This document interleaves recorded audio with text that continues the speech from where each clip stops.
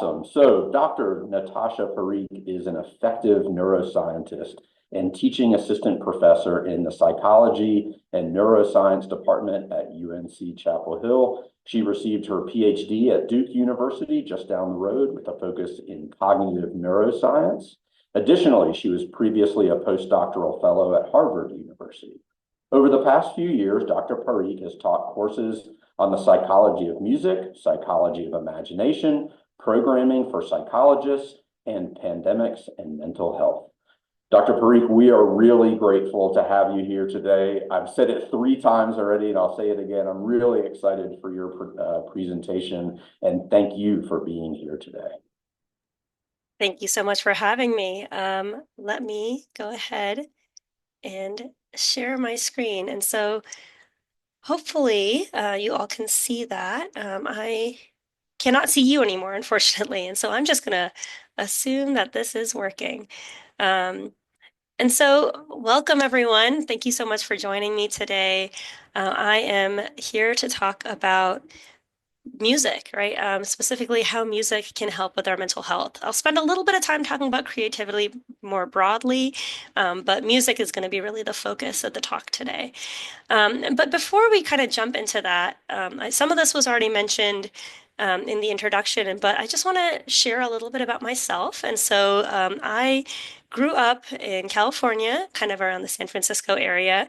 I went to a small science and engineering school near Los Angeles, where I really started to fall in love with kind of the connection of science and math, but specifically how those kind of relate to personality and psychology. And so I actually went on to, as mentioned, I went to the one school across the pond that we don't talk too much about. I went to Duke, where I studied cognitive neuroscience, and I really focused on emotion and how we manage emotion, which is kind of what led me to really focus or be interested in mental health more broadly. And so that's kind of how that leads into the mental health aspect of today's talk. I spent a couple of years at Harvard, but I have been at UNC, loving my position here and loving all the students that I've had the chance to meet since about 2021. And so that's kind of my academic journey, but my musical background is kind of what brings me to this specific talk. I grew up playing piano and singing. I trained in Hindustani classical, so an Indian classical form, and then I also trained in what is kind of more considered Western classical. And so I sing in choirs. I've learned, how to sing kind of in an operatic style, and I got all of that from my mom. So my mom is here today. She's a professional singer, and so specifically Indian classical music. And so I kind of picked that up from her. And actually, with her, um, taught music for a couple years to kids around the age of 4 to 8 years old. Created a music book with her, kind of bridging the cultural differences between Indian classical and Western classical music. And now, right now, it kind of brings me to where I am at this point, which is I'm actually teaching courses on the psychology of music. And so if you are a psychology major and you're interested, actually this fall, I am teaching psychology of music offered as one of the Psych 490 options. And so that's kind of why I'm here and what interests me about the kind of intersection between music and psychology. My academic life has really focused around psychology and neuroscience, and my kind of personal life has really focused around music. And so I'm hoping to bridge those two in the talk that we are here for today. I have just one kind of logistical note, which is that throughout the talk today, I will be using a polling software, and so we'll be using Poll Everywhere. If you've never used this before, there will be a website or a QR code every time I bring up a poll, and you can just kind of log into that on your phones or on your computers or whatever device you have available, and you're welcome to participate in that form. I've posted the link here at the bottom, pollev.com/Prof Parikh. It'll also be displayed when I put the polls up, and so don't feel like you need to copy that down at this point. And so I'd actually like to start with a little bit of a poll. And I want to see kind of just from your own experiences, how does music affect your mental well-being? And I'll give you a moment to think about that, and then I'll go ahead and open the poll up, and that way you can start responding as well.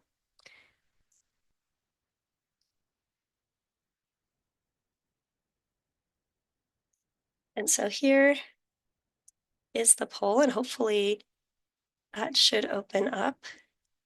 Let me see. You should be able to either use the QR code or, like I said, there's this kind of link here. And if you feel comfortable doing so, feel free to kind of put in a response.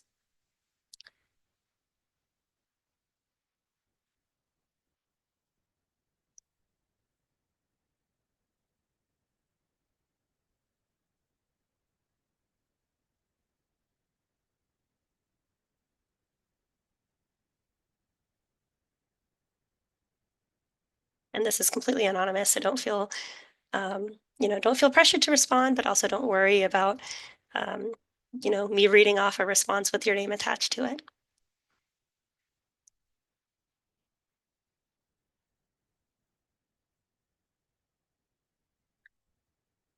All right, looks like some responses are coming in. Let's go ahead and start taking a look at what people are saying. And so I'm going to switch to this. Yeah, broadly, right? It approves it. Yeah, absolutely. Improvement of mood, maybe more specifically, right? Keep you motivated. We'll talk about some of these actually more specifically as the talk goes on. Makes me feel heard and that I'm not alone. Yeah, absolutely. Right. And so generally what I'm getting from this is that music seems to be important for your well-being, right? A lot of people are saying that you feel validated, it helps with your mood, it makes you feel a part of a community or connected to other people.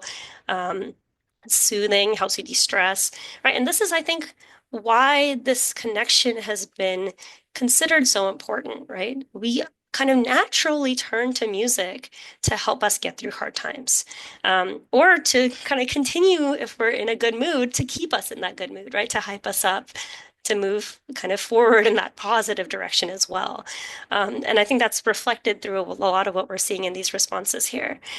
And so, right, I think this connection is something we do anecdotally all the time. But I think the goal for the last at least, 15, 20 years has been, can we formalize it? Are there ways that we can actually learn about how music helps with our mental health?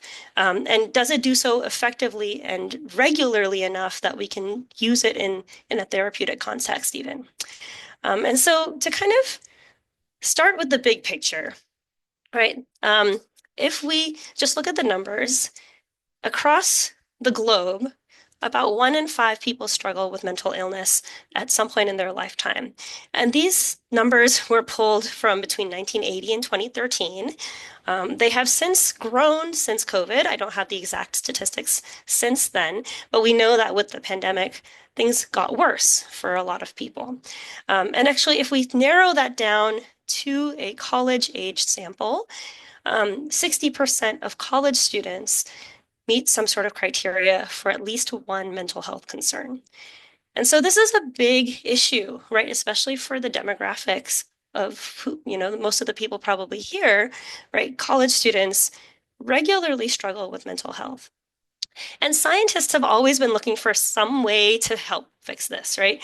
What is the next big solution for mental health? And I think this image is actually a real thing, right? There's now mental performance elixirs that you can buy and you can drink that apparently help with a sharper mind and lower stress. But more traditional ways we've tried to solve mental health concerns, right? Therapy is a very big one. But therapy, of course, is sometimes inaccessible to people. It takes a while to find a therapist that you click with. It takes sometimes multiple sessions or multiple years to really truly benefit from that. Oh, I forgot to mention, I am recovering from a cold, and so I apologize if I cough a little bit. Um, Medication, right? Having various psychoactive medications or drugs, also, trying to help with mental health, especially more severe forms of mental health or mental illness. But again, doesn't always work, often takes a lot of tries, something that people have to pay for, and so not the most accessible. And now there's these kind of newer thoughts about, can we stimulate the brain or, kind of shock the body into a different pattern than what it is when it's in the kind of lowest state of mental illness.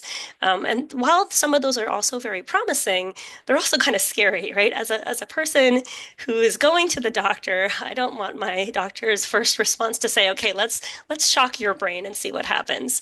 And so the current solutions are maybe not the most effective or the most easily available to everybody. And so the question I want to start with is, can music be the solution we're searching for? And I'm going to provide you a couple of reasons that music makes a good candidate to solve a mental health issue.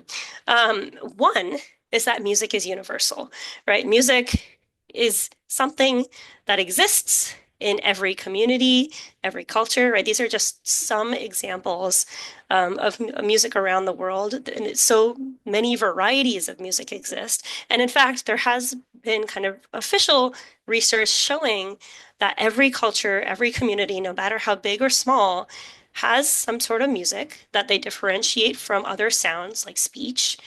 They sing in some way, and so every single culture has some sort of singing. And then also they all use, even if it's very basic, some sort of instruments. And so this might be as simple as, banging two sticks together to be drum type of beats. Or it could be a little bit more sophisticated, like making a flute out of a bone, or, the very fancy kind of stringed instruments that we see, like pianos or guitars.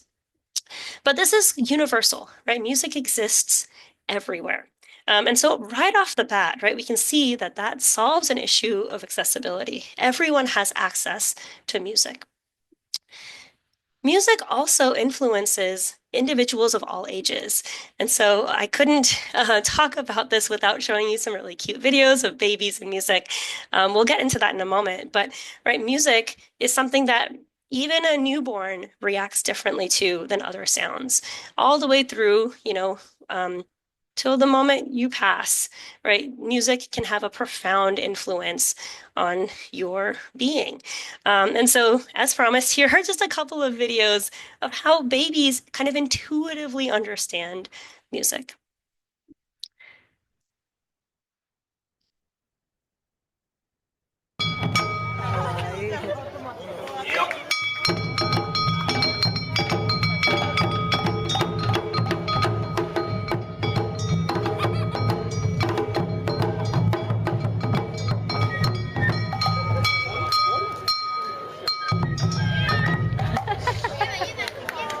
So, a cute little video of a baby dancing.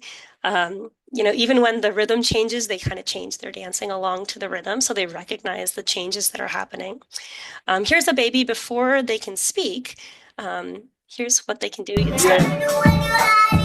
Come on.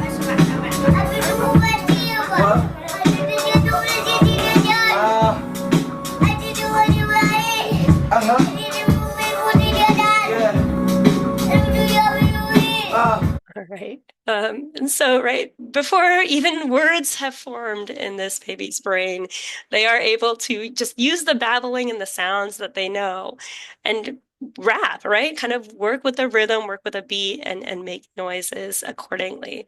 And then here's kind of one showing the more emotional impacts of music.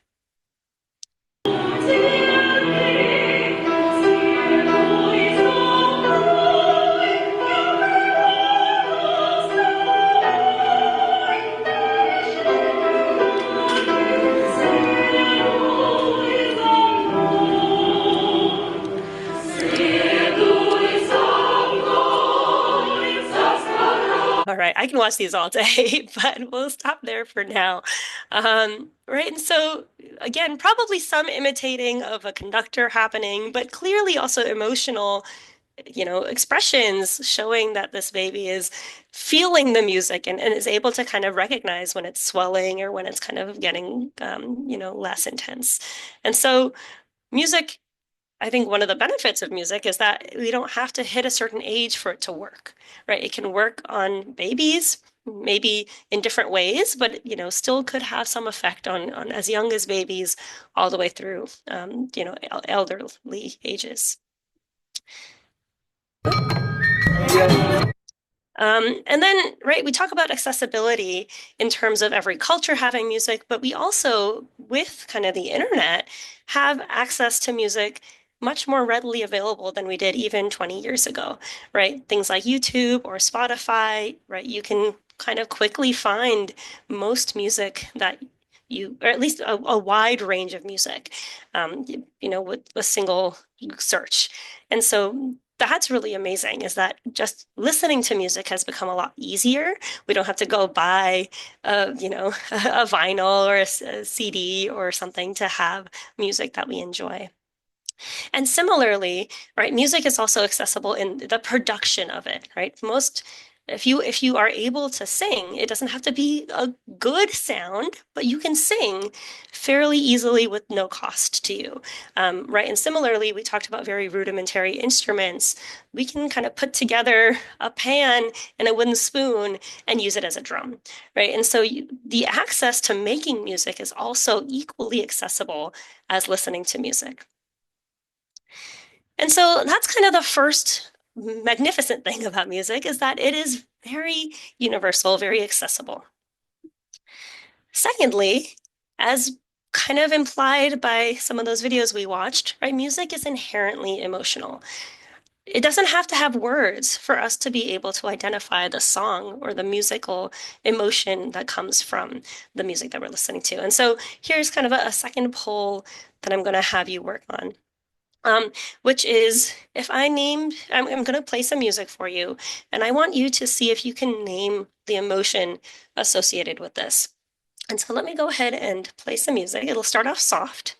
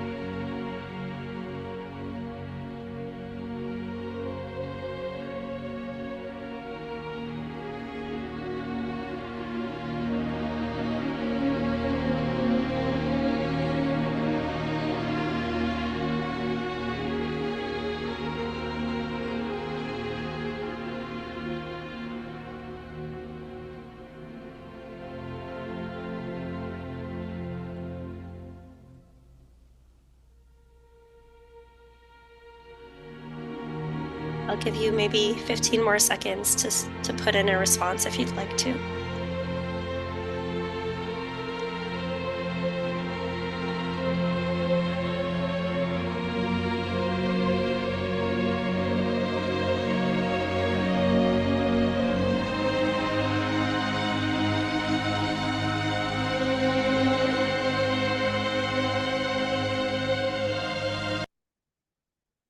We'll go ahead and stop the music, and let's take a look at what we think. Yeah, okay. So this is a word cloud, right? So the bigger words are kind of the more commonly said words. The smaller words are maybe things that only one or two people said. But we're seeing a lot of commonalities, right? A lot of people are saying peaceful or sad or serene, right? A lot of other words kind of have the same meaning, like somber or solemn or lonely. But there's this sense that we all listen to the same music. We all have varying backgrounds of music, and yet we can still pull out these kind of main themes or main emotions from this piece. And so that's something that's kind of interesting, right? Is that just even the notes on their own, or the pace or the speed of the music, have the ability for us to pull emotion out of them. We don't even need words to identify the emotion in a piece of music. And something, just kind of an interesting side note, is what actually might contribute to the emotion of what we're feeling. And it's really kind of culture specific. Different cultures have different things that have kind of become generally more happy or generally more sad sounding. But for Western music, maybe the music that most of us are used to hearing, it's a combination of things, but generally, right, notes, the specific, is it a high note? Is it a low note? kind of where the actual music is, kind of contributes to the emotionality, where low notes are often kind of sadder, higher notes are typically kind of happier, in combination with the speed, right? So how fast is the music? And so if it's really fast paced, right, again, that might be more energetic versus something that's more slow, might be more melancholic or sad or something. And then again, not only where are the specific notes and how fast it's going, but what are the combinations of notes and how do they sound? Are they generally more pleasing sounds, or are they generally more displeasing sounds, or what we call dissonant sounds? And that can also, again, kind of contribute more to, is it more happy or sad? And this is kind of the combination of these three things can help us also distinguish between like angry versus sad, right? Like both negative emotions, but angry is maybe faster paced and sad is maybe more sad, slow. And so just a kind of a little tidbit for you is the way that we determine the emotion of the music is kind of a combination of the way that these notes and speeds and sounds are interacting with each other. But the reason I think this is a good thing for mental health is that it has emotion, right? So if we want to work on our own mood, we can turn to music that aligns with that or doesn't align with that in order to help us get out of whatever state we're in. Next, right? Music is very adaptable and very varied. This kind of goes along with the last 2 points, right? And so like we've talked about, there's a lot of emotional variation in music. And so Adele is often known for having very sad music, right? There's other music that's more happy. But also, right, there's a lot of different genres and different cultural types of music. And this is also really helpful because it means that we can vary treatments for mental health to what a person specifically likes or what they need in the moment, right? If you really love electronic dance music, I'm not going to force you to listen to heavy metal, right? Like there's a lot of options, and we can kind of work with each person to see what is perfectly tailored or customized to their needs. And so music has that adaptability.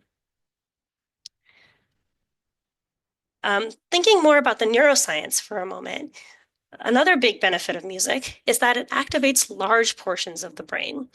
And so this is a kind of a stylized image, but I think it gets at the kind of core concept here that when we listen to music or when we play music, all parts of the brain are activated. And so, the kind of obvious ones are the sound centers of the brain, right? So the centers that kind of manage actual processing of sound. Sure, that's definitely going to be involved with listening to music. But also, right, places that are involved with movement or touch are also involved, especially if you're playing an instrument, right? That obvious case is kind of coordinating your movements as you're playing the instrument. But even as you're listening to an instrument being played, you're kind of imagining the kind of motion involved with that, using the same sorts of brain areas that help you move through the world. And there's other areas in the brain, right? Emotion areas, language areas, general kind of logic and reasoning areas that are also all involved with listening to music. And here's just another, maybe more scientific image of the same sort of thing. And so this is kind of broken down into when you're listening to music is here at the top, when you're producing music is here in the middle, and then when you're imagining music, which we won't have time to get into, but is a whole fascinating thing as well. Again, you can see kind of multiple regions of the brain that are active as each of these different things are happening. And so the cool thing about this is that a lot, when multiple parts of the brain are active at the same time, we are strengthening those connections between those areas. And so if, some mental illnesses are linked to kind of low connections or low kind of communication between certain parts of the brain, music can help kind of build that up just by the fact that it's naturally activating multiple of these areas together. It can also kind of manage activity in the brain. And so mental health concerns like anxiety are sometimes thought to be a result of too much activity in the brain. And if there's something that can kind of prescribe or maybe limit the amount of activity, right? It's more controlled when we're listening to music that can help those areas that are kind of overactive calm down a little bit. And so another kind of promising aspect of music. And then the last one that I want to mention, again, thinking about the kind of biology or the neuroscience here, is that music is also known to change our body's chemistry. And so what I mean by that, I'm going to start by kind of focusing on one kind of chemical, excuse me, sorry, one chemical in the brain. And so dopamine is a neurotransmitter, which is just a chemical signal that is in the brain. It is released in general when we have high levels of pleasure or we feel rewarded. Um, it's also known to help with motivation, right? And so, again, if we feel pleasure or rewarded by something, we're more motivated to do it again. And generally, we see dopamine in response to things like food, right? If we like to eat, we see some sort of pleasure involved with that. We see it in response to psychoactive drugs, in reaction to money, but also in reaction to music. And so, when we listen to music, here is just one example of this. Um, there are different parts of the brain that release dopamine. And what this image is just showing is that two different parts of the brain kind of respond to music in different ways. And so one part of the brain called the caudate is responding to kind of the anticipation of the most emotional part of this piece. And so you get more dopamine as the song is building to kind of the climax of that song. Um, and so that's kind of cool, is that these are kind of the 15 seconds before the highest peak emotional point, and the caudate is kind of letting out dopamine in response to that anticipation of the most important part. And then, of course, when we hit that kind of most important part, this is typically if you get chills, this is where you might get chills in response to a musical piece. And there's another part of the brain called the nucleus accumbens that responds really strongly to that, and also, again, releases high levels of dopamine to that emotional peak of that song. Right? So we feel rewarded, we feel kind of pleasure from music, which again kind of can help with things like motivation. And we'll talk about that in a couple of slides. And so dopamine is kind of the one that we think about most when we think about music in the brain, but music can also affect other areas of our biology.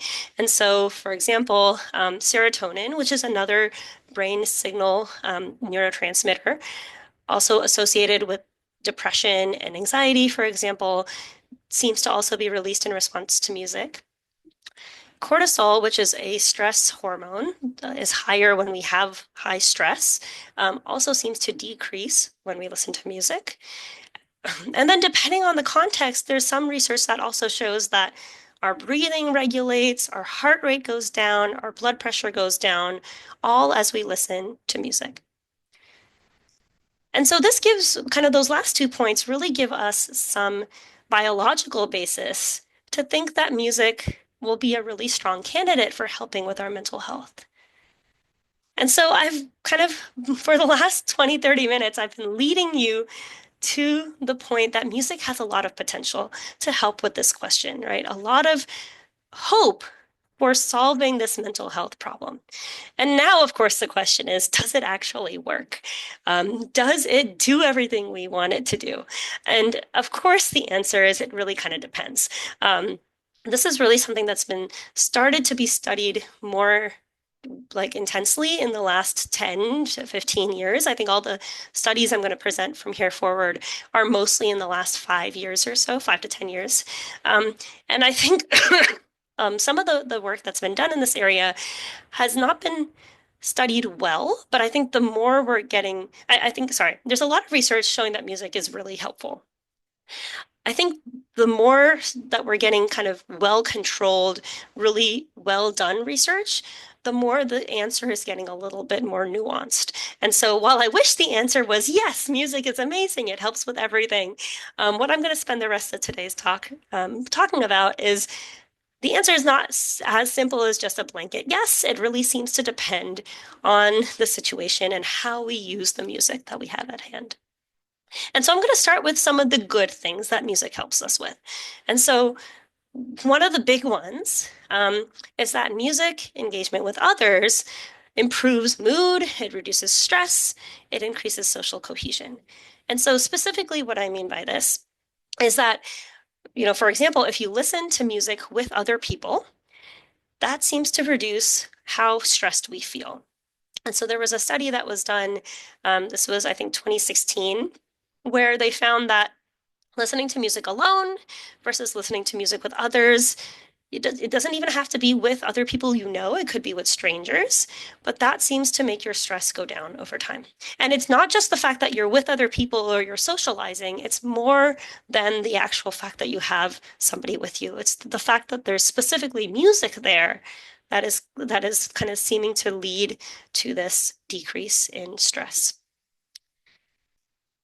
Similarly, listening to music with your family or with your friends is linked to feeling closer to those people and also generally leads to positive emotions. And so people who tend to listen to music with their peer or their family circles generally report higher levels of positive emotions and lower levels of negative emotions in their daily life.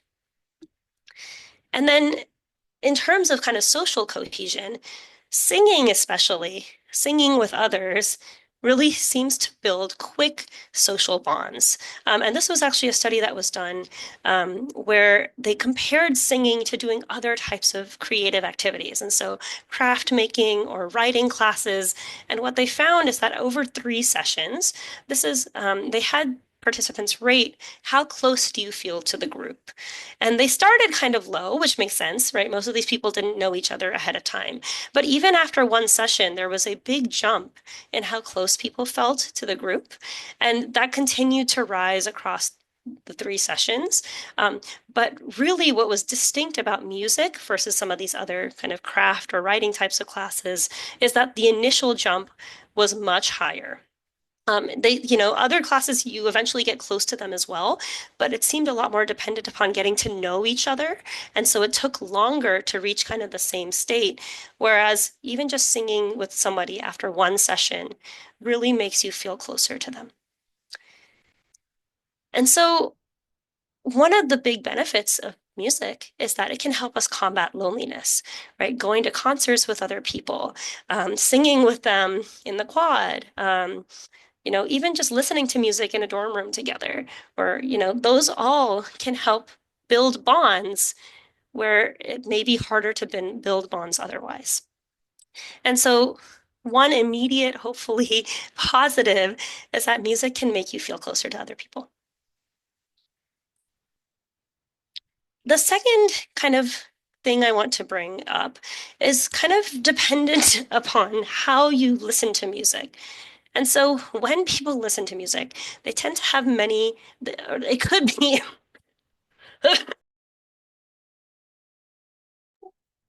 right? It could be for a variety of reasons, right? People have many goals when they're listening to music.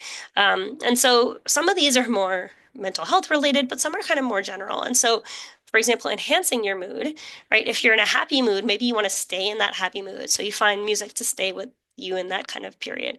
But this could also mean if you're in a sad mood, maybe you just want to wallow in your sadness. And so this could also mean like finding sad music to help you stay in that negative mood. People use music for relaxation, and we talked a little bit about, breathing or other things that might help, that music can kind of help with regulating. People use music for motivation, and so this could be, for example, during a workout or while you're studying, if you have music on in the background. People might use music for distraction. And so, maybe you just don't want to think about what's happening in your life, and you play some music to kind of get out of your own head. We listen to music all the time when we're bored, right? Walking between classes, driving in the car. We might just put on music to fill the time and the space. And then another goal that people might have for music is really kind of analyzing or critiquing the music, right? So really trying to stimulate their brain or their mind in some way. And so we call this intellectual stimulation. And so, what I want to tell you with this is that the good is that if you're specifically using music to help you relax or manage your negative emotions, it does seem to help. And so, some of the things that research has shown is that when you are using music specifically for these purposes, it does seem to lower your self-rated stress level. It also lowers your biological markers of stress, right? So things like that cortisol hormone that we talked about earlier. And also, just listening to music can be more effective at shifting your mood from sad to happy than doing something like focusing on the positive. And so it's kind of a quick solution that we can use to switch from being sad to happy, and something that tends to be very effective. But again, kind of the caveat is that has to be the focus or the goal of why you went into listening to music in the first place. Some of these other ones actually can be neutral, maybe more neutral for our mental health, or actually even detrimental to our mental health. And so some of the ones that have been shown to maybe be a little bit worse, for example, if you're in a sad mood, and you decide, I just want to stay in this sad mood and feel it for a little while. And I think, having a good cry is one thing, but I think this is more talking about really spending a while in that sad mood, right? You're finding music to keep you in that mood for as long as you can. And that tends to be negative, right? That kind of helps with rumination and some of these kind of more negative aspects of mental well-being. And so enhancing a negative mood can sometimes be damaging if you if you're using music to get there.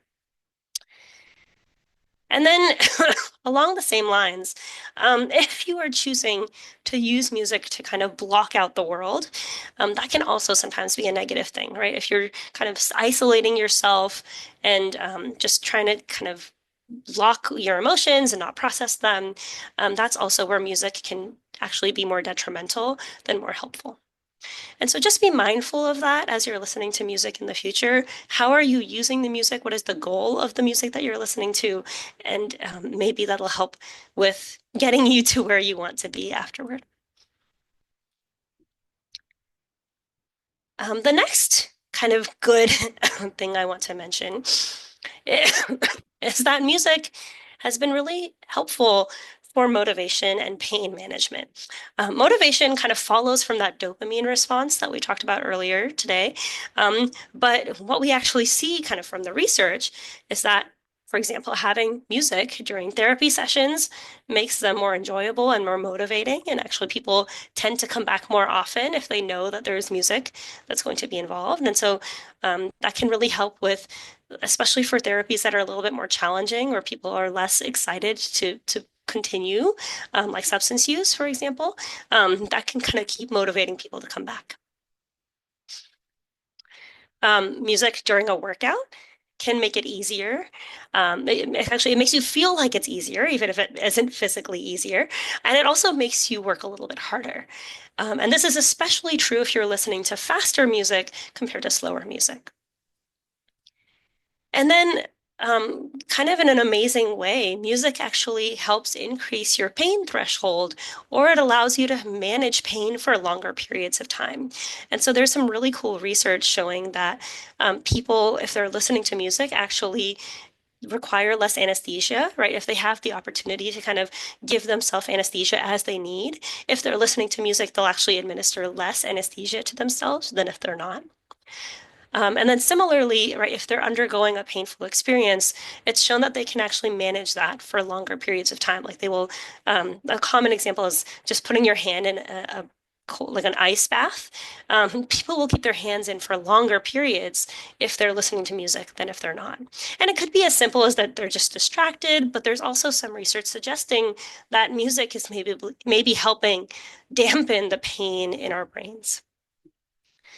And so, kind of the point I want to make from this one is that music can motivate us to do difficult things, right? Which isn't necessarily obviously tied to mental health, but I think a lot of motivation and mental health are tied to each other. And so, if we can motivate ourselves to do something that's difficult for us, maybe music can get us out of bed in the morning or whatever it happens to be. And so using music in that way can maybe be very powerful.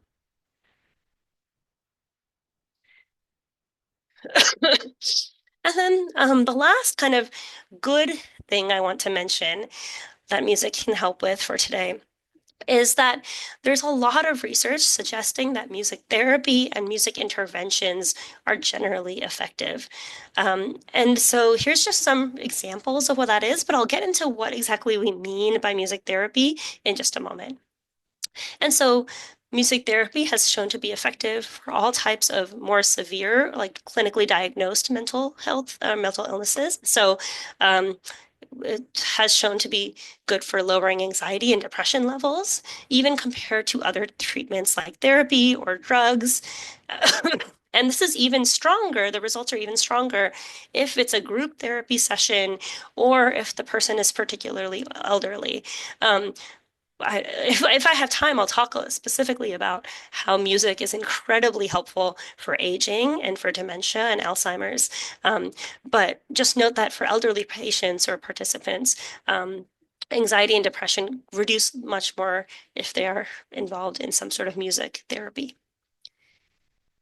And then also for things like substance use. And so music therapy can help reduce withdrawal symptoms and also the stress kind of related to substance use or kind of abstaining from the substance over time. And as we mentioned before, right, it can also make the treatment more motivating to continue on with. And so, what do I mean by music therapy, right? I've kind of been talking about music listening or music making a little bit. Music therapy is slightly distinct from this because it's not just kind of us turning to music to elevate our own mood, right? It's not something that we do on our own. These are specific procedures or trainings or therapy sessions that are developed by licensed music therapists. And so these are people who have gone to school and actually gotten a degree in music therapy.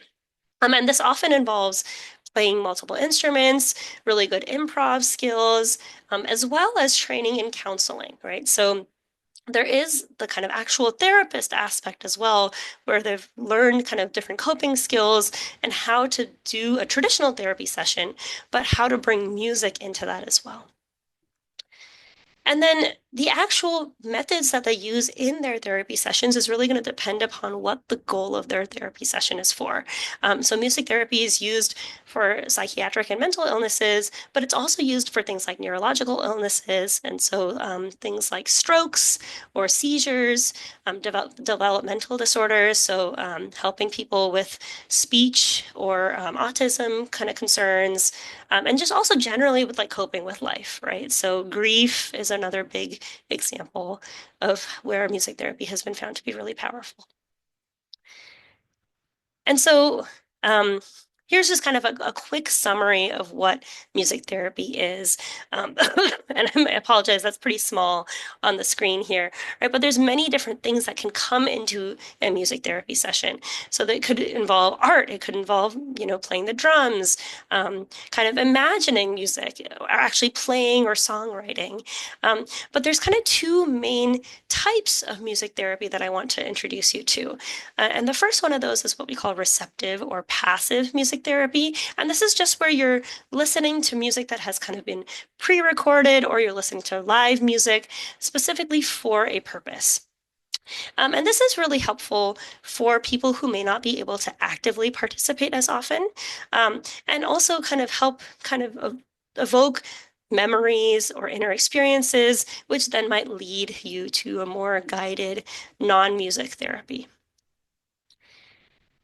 The second big type is more active in form, right? So this is where the kind of creativity or the actively making the music is coming into play.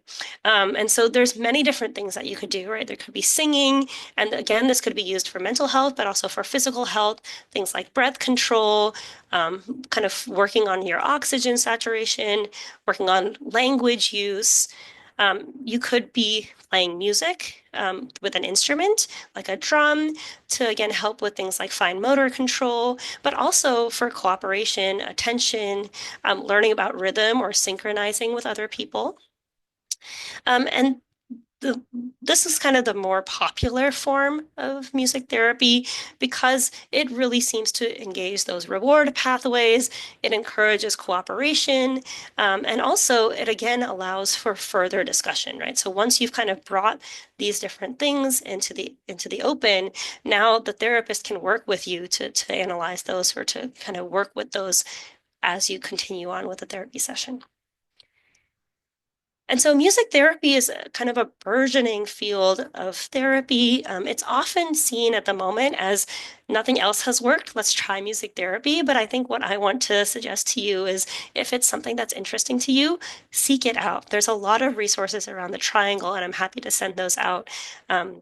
After the talk of there's music therapists, there's apps that have been created by music therapists that are kind of available to us if you're interested in that.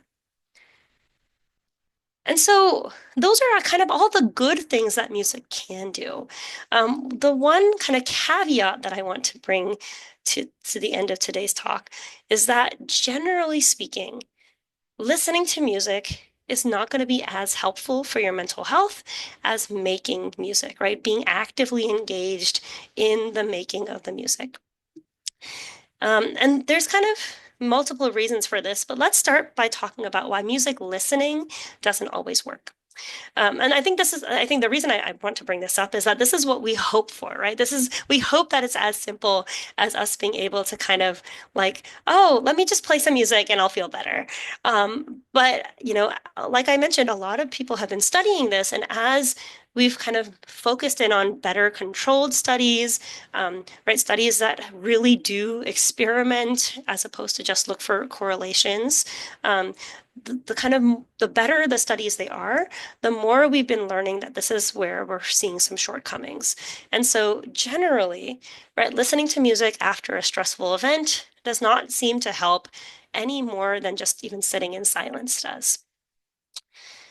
Music does seem to lower people's self-reported anxiety levels, right? Like how anxiety or how anxious you feel over time. But if you also look at some of those bodily or physiological measures, those actually aren't reducing in the same rates as we would expect.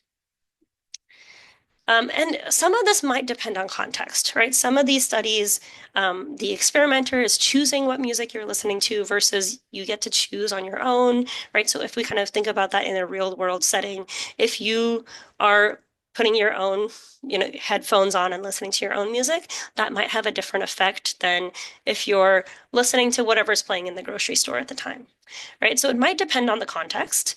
It also might depend on your goal, and we've also talked about this a little bit already, right? If you specifically choose music for the purposes of stress reduction, that can be very different than if you're just kind of randomly listening to music. The other kind of, or like I think, yeah, so music listening on its own is not always effective, is kind of the main point of this slide here. And here's kind of my thoughts as to why that might be. When we are listening to music that is already existing or other people have created, right? The way I think about it is that it's kind of leaving little wiggle room for your own thoughts and feelings and experiences. And so here's kind of a silly picture to kind of depict that, right? So here is a cat fitting itself into a box, not clearly fitting well, right? But kind of squeezing itself in. And I think that's what we have to do when we listen to music that already exists, right? It might resonate with us, like we might find bits of it that we relate to, but we're still listening to their story or their notes or their music. And it's not necessarily as much about us anymore. Versus, right, if we are creating music, even if it's us singing along to a song, right, it now becomes more personal. And so the kind of equivalent I think about for this is that you're kayaking on, a river or an open pond, and you have the flexibility to take it where you want to, right? So you can actually shape the musical experience, and that allows you to sit with your thoughts a little bit better. And so creating music, right? Actually being the creator requires some sort of emotional processing. And the way that I think about this is that when we are managing our emotions by suppressing them, that is actually the weakest form of managing our emotions. It's the least effective. It tends to have negative outcomes long term for our mental health. And sometimes, right, like I mentioned with like the distraction or kind of bottling or, blocking out the world, if we're using music in that form, it's not going to be as effective for us. Versus if we're creating music, you're kind of forced to sit with those thoughts and feelings. You're kind of forced to process what has happened. And oftentimes, right, you're kind of spending, if you're creating music from scratch, you're really spending a lot of time with those thoughts and feelings. And actually, right, that's kind of what the research shows is that people who create music tend to have better coping strategies, generally speaking. And so this has been shown in a couple of ways. And so one study just looked at the number of hours you practice if you play an instrument or if you sing, and your general emotional competence. And if you practice for more hours, you have better emotional competence. That seems to be linked to each other. And then, right, another study similarly showed that if you generally participate in musical activities, this supports your well-being through things like how you manage your emotions, how you generally are developing as a person.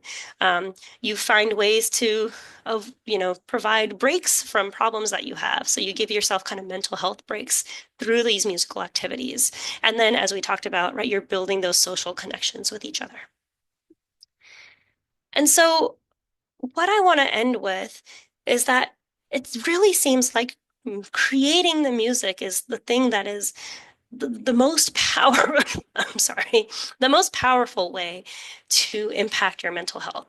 But that doesn't necessarily mean you need to overnight become a singer-songwriter, right? If you're sitting there and you're like, oh no, I'm so terrible at creating music, like I've never done this in my life, I'm not going to be able to do this, don't fret. Right? Music creation can kind of include a variety of things. And so it can include something as simple as changing the words to an existing song, right? So playing a song that you know very well, but just changing the words to be your own words. That's already a form of creation, right? You're already now actively doing something else than just listening to the song that it is. You could sing or play existing music. So you don't have to change anything about the song, but especially if you're doing that with other people, right? That can be really powerful because now you've got that social component as well. You can have someone else create music based on words that you've written or thoughts that you have or moods that you want to invoke, right? So again, you can be involved in the process, but not necessarily in the actual musical writing.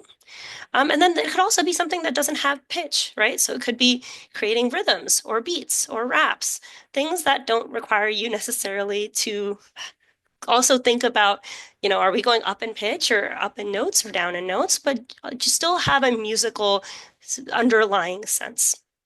And so I invite you to think of other ways you can be involved in the music creation process without physically having to, sit there and write a song on your own. And so in conclusion, right, let's end on a high note and pun intended here. Music is powerful, right? Music has the capacity to shift our thoughts, our feelings, our moods. But it has these kind of caveats, right? We need to have a sense of how and when to use it.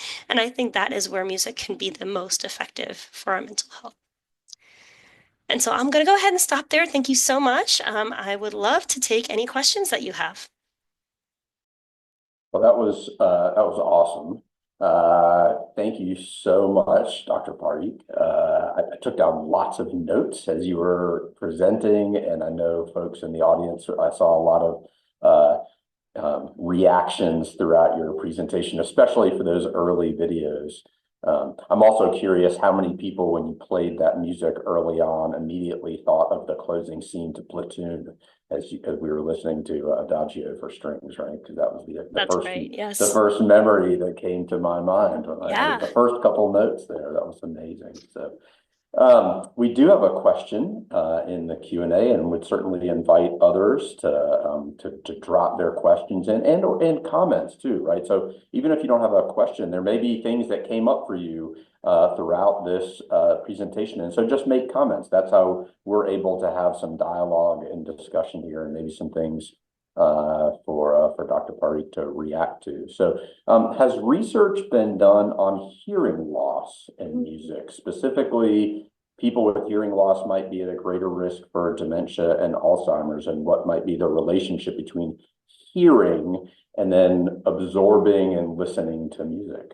Yeah, that's a great question. I'm not sure of any specific, like hearing loss specific research off the top of my head, but I know that one of the reasons that music is so powerful for especially people with dementia and Alzheimer's, right, is one of the issues with both of these diseases is that the brain is kind of deteriorating over time, and that's also what generally we see with aging. And the nice thing is that, right, we saw how music is impacting so many different parts of the brain simultaneously, including large areas that are not impacted by hearing loss, dementia, and Alzheimer's. And so for hearing loss specifically, right, maybe you lose the ability to play the music or you have to play it at a higher volume, but other things that you can do is have them imagine music, right? That requires an entirely different set of brain structures than the physical sound going into our ears. And you can present somebody with hearing loss with the lyrics of a song that they love, right? If it's something that they were familiar with, especially before they started having that hearing loss, um, they will most likely be able to reimagine it in their brains, and then they can get almost exactly the same benefits just just from having it in their heads, even if they're not physically listening to it. And so that's kind of what I can start with. I'm more than happy to look into more research on hearing loss specifically, but I know that is definitely a technique that has been used for people with hearing loss, so that they can still benefit from these different techniques. Do you happen to know if there's any sort of connection to vibration, right? Because there's music, sort of like tones and notes, but there's also this sort of like, so I wonder if that has an interplay as well, and if there's any research you're familiar with about sort of how musical vibration might relate, even if your hearing maybe is diminished.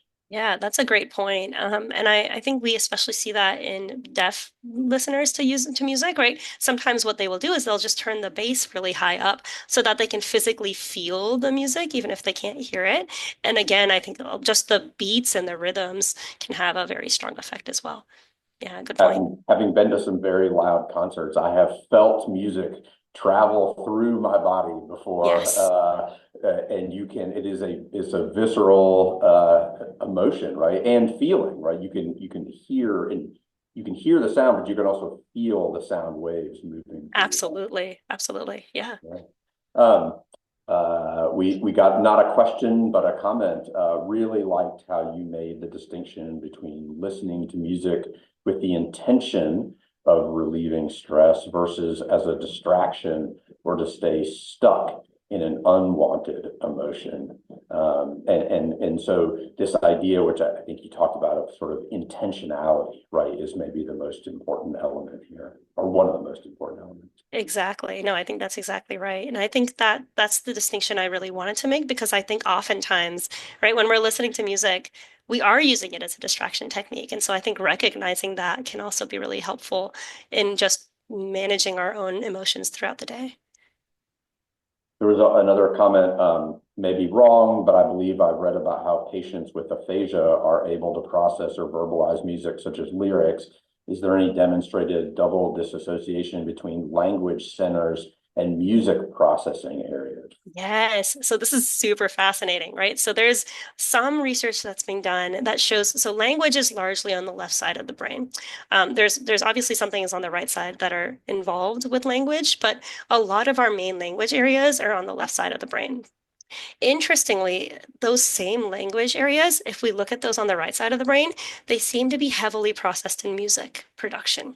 And so when we see aphasias or people who are either lose their ability to speak or don't have the ability to speak in the first place, something that music can do is it can strengthen those opposite brain hemisphere areas to try to mimic language. And so typical kind of treatment or therapy for people with aphasia is learning to just sing simple phrases. And so you'll go in to a therapist office and they'll kind of just through repetition teach you to sing like, how are you? Right? And you'll practice that over and over again. And now, over the repetition of doing that, you can go up to somebody and just say, how are you? Right? You've now formed that basic phrase that you can use in other contexts. And so you're absolutely right. It is a very powerful tool in helping people who either lose their language ability or maybe have very weak language ability in regaining that skill. I'm happy to chat a lot more about that, and I teach a whole class on language and how music helps with that. But it's one of the cool things about the way that it's distributed in the brain and how it helps kind of activate so much of the brain at once. Super fascinating. So another question sort of connected back to what we were just talking about a few minutes ago and this idea of vibration. And so I don't know if you can talk at all about sort of the relationship between music therapy and vibration frequency and how different vibrations, and they use the question uses the example of similar to how cats purr to heal themselves. And so Yeah. the role of vibrations. Sure, yeah. So the kind of thought process behind cats purring, for example, is that the vibration is at a similar frequency as at which our bones grow. And I have no idea how scientific that is. That's just something I've read. And so I imagine that there's maybe some biological basis that we can equate to music as well, right? If we could figure out some frequency that is particularly helpful or naturally occurring inside of our brains or our bodies, I think that would be really powerful. I'm not entirely sure of the best way to do that though, right? I'm not sure if there's a good way to like listen into what our body's already doing and if there's something that we can pull from that. But I think maybe a tangential example of this is people who have tinnitus. And so that's where you have a ringing in your ear that doesn't stop. This often happens if you frequently listen to very loud music. A lot of musicians end up having it just because of the fact that they're performing in these really loud spaces. It's just kind of it's imagined, right? It's not something that they're actually hearing, but your brain is producing this constant ringing noise in your head. And a cool thing about kind of vibrations is that people have found that it's really hard to diagnose that because nobody else can hear it, only you can hear it.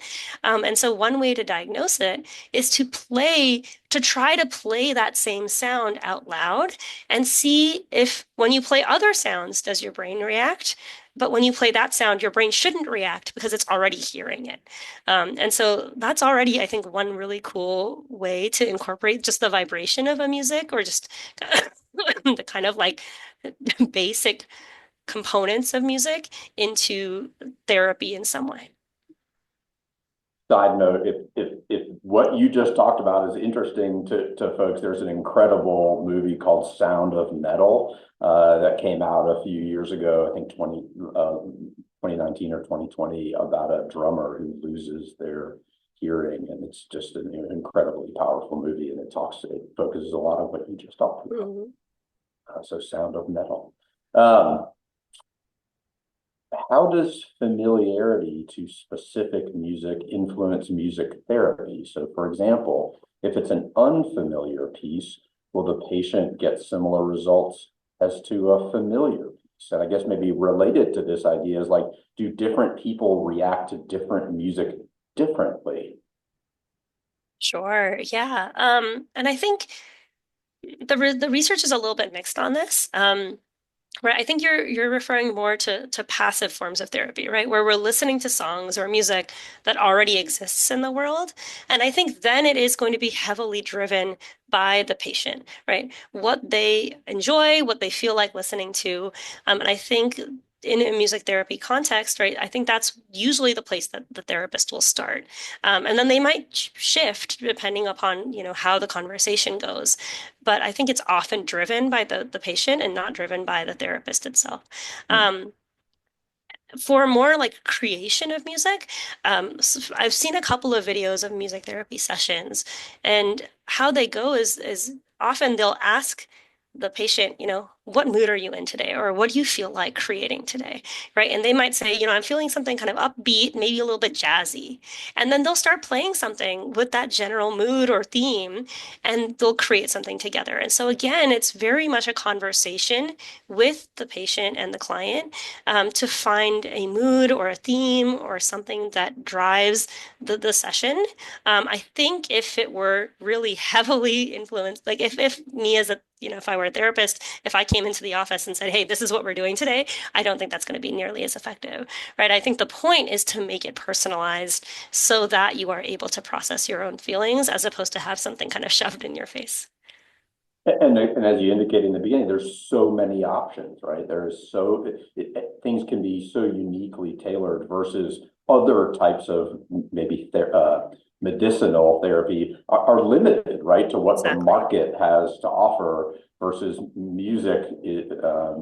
There are so many different ways that you could connect with somebody depending on what their interests were or how they responded to particular types of Exactly. music. And I think that's also why music therapy is a profession that you need to train for, right? You need to be ready for all of these different things that a client can come to you with. And so you need to be able to, oh yeah, okay, let's do something jazzy. I know how to do that. Versus I know how to do something more, low mellow or downbeat, right? And so having that flexibility is part of their training. So maybe this is related, but are there particular types of music that can help with different types of concerns or mental states? So, Yeah. does a particular mental state lend itself to needing jazz versus hip hop, for example? Yeah, there was one study that I read that said rock was especially useful for depression.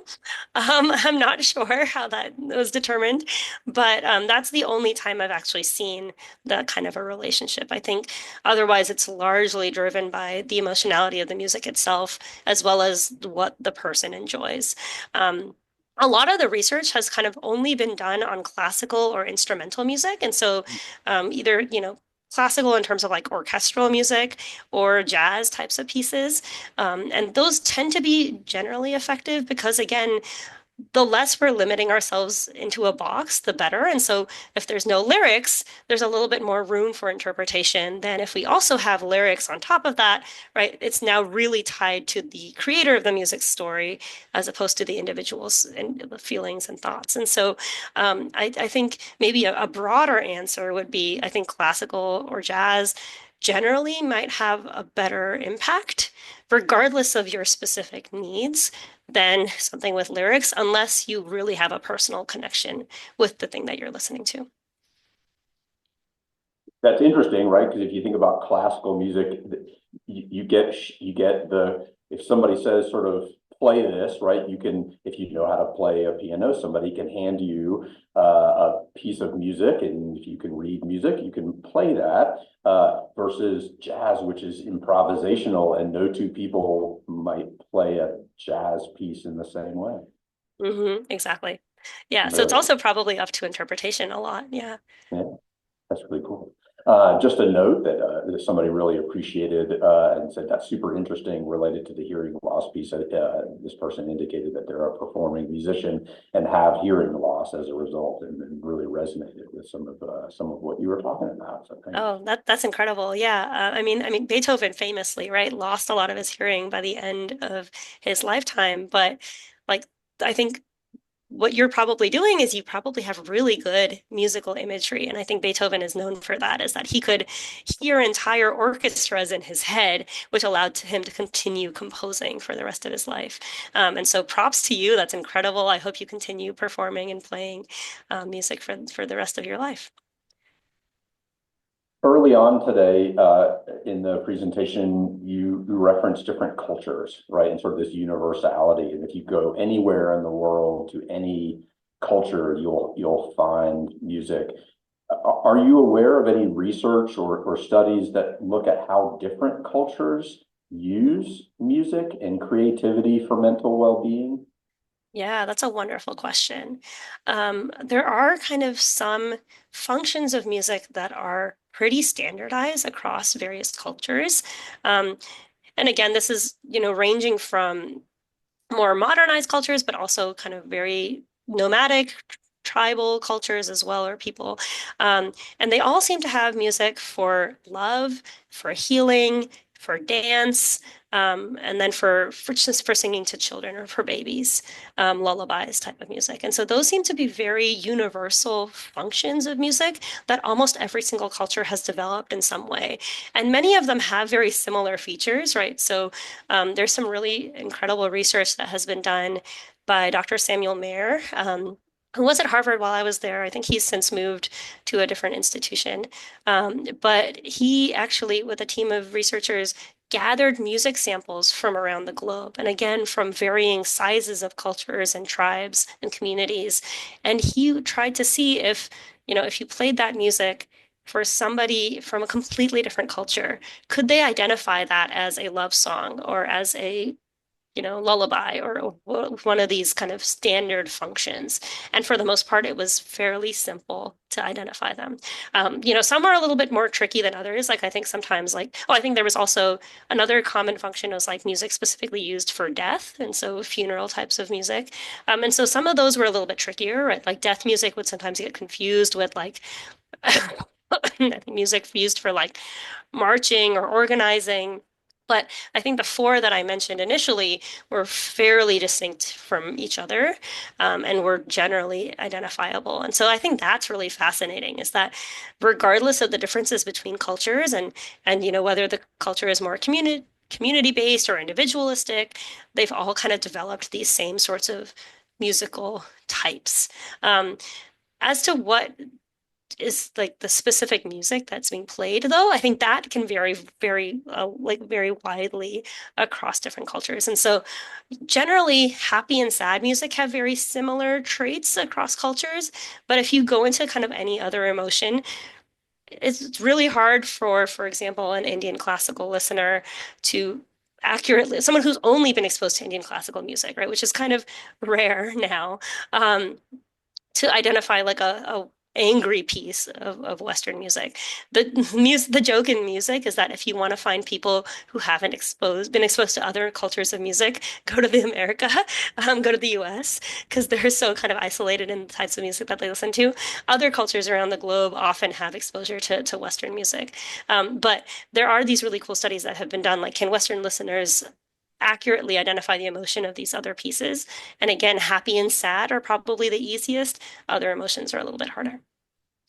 Amazing. I think back to, I think it was Close Encounters the Third Kind, which is a very old movie reference, probably for many of our listeners today, but this sort of tone music that they created to try to communicate, right? Which is, obviously it's a fictional movie, but this idea is sort of based in, I think, these sort of universal sounds that evoke certain feelings that would even be understood by somebody from another planet, right? As the fictional story went. Yeah, and I think there's also really interesting research that shows that you can learn other types of music fairly quickly. And so, again, just using the example of Indian classical versus Western classical, there are kind of note combinations that are used in Indian classical music that are typically not used in Western music. But there have been research studies where people who have been trained in more kind of classical operatic style have been exposed to Indian classical music for a couple of sessions, and then they're asked to kind of produce similar music or finish a piece of music, right? So they'll hear kind of the start of an Indian classical piece, and then they'll be asked to finish it. And at first, they won't use any of these new combinations that they've been hearing, but after 3, 4 sessions, they start including those new versions as well. And so I think that on its own is really fascinating, is that we are very adaptable, right? We can pick up new types of music and start understanding their kind of commonalities or their kind of structures and moods with just a little bit more exposure. Maybe one more question to close us out and sort of bring it to here, right? To Carolina. So, how could UNC or other schools or workplaces or even communities incorporate or better incorporate music and creativity to support mental health? Like, what could we be doing differently at Carolina to help promote some of the things that you talked about today in terms of effective therapeutic approaches to supporting mental health? Yeah, that's a wonderful question. I think the first thing that comes to mind is just building social connections, right? So, when people come to college, often, right, it's their first time leaving home for extended periods of time. UNC is maybe big enough that you know a couple people coming, but you may be coming without anyone else to a school, to college. And so, how can we help people combat the loneliness or the homesickness that they're bound to feel in that, especially in that first year? And I think that's where music can be really powerful, right? Music has such a strong ability to build social connections that maybe we could even just like in freshman orientation host a karaoke night, right? Like do something a little bit more musical, make people sing or dance or do something collectively, and hopefully that'll help people feel less alone. And so I wonder if doing something like that early on in a student's college career can really shape the connectedness they feel to other students, from, that freshman year onward. Like maybe first year rave, maybe. Yeah. Awesome. I mean that Well, I would attend. That sounds wonderful. yeah, me too. That sounds great. Um, Thank you so much for today. I really, really appreciate it. This has been just a fascinating conversation. And really, just as I've sat here and listened to you talk, I have thought about the music that is meaningful to me and helps uplift me when times are challenging, or sad or low, or just difficult, right? Sort of dealing with a difficult thing. And I don't want to speak for anybody else in the audience, but I imagine that so many others who are here today are feeling that same thing.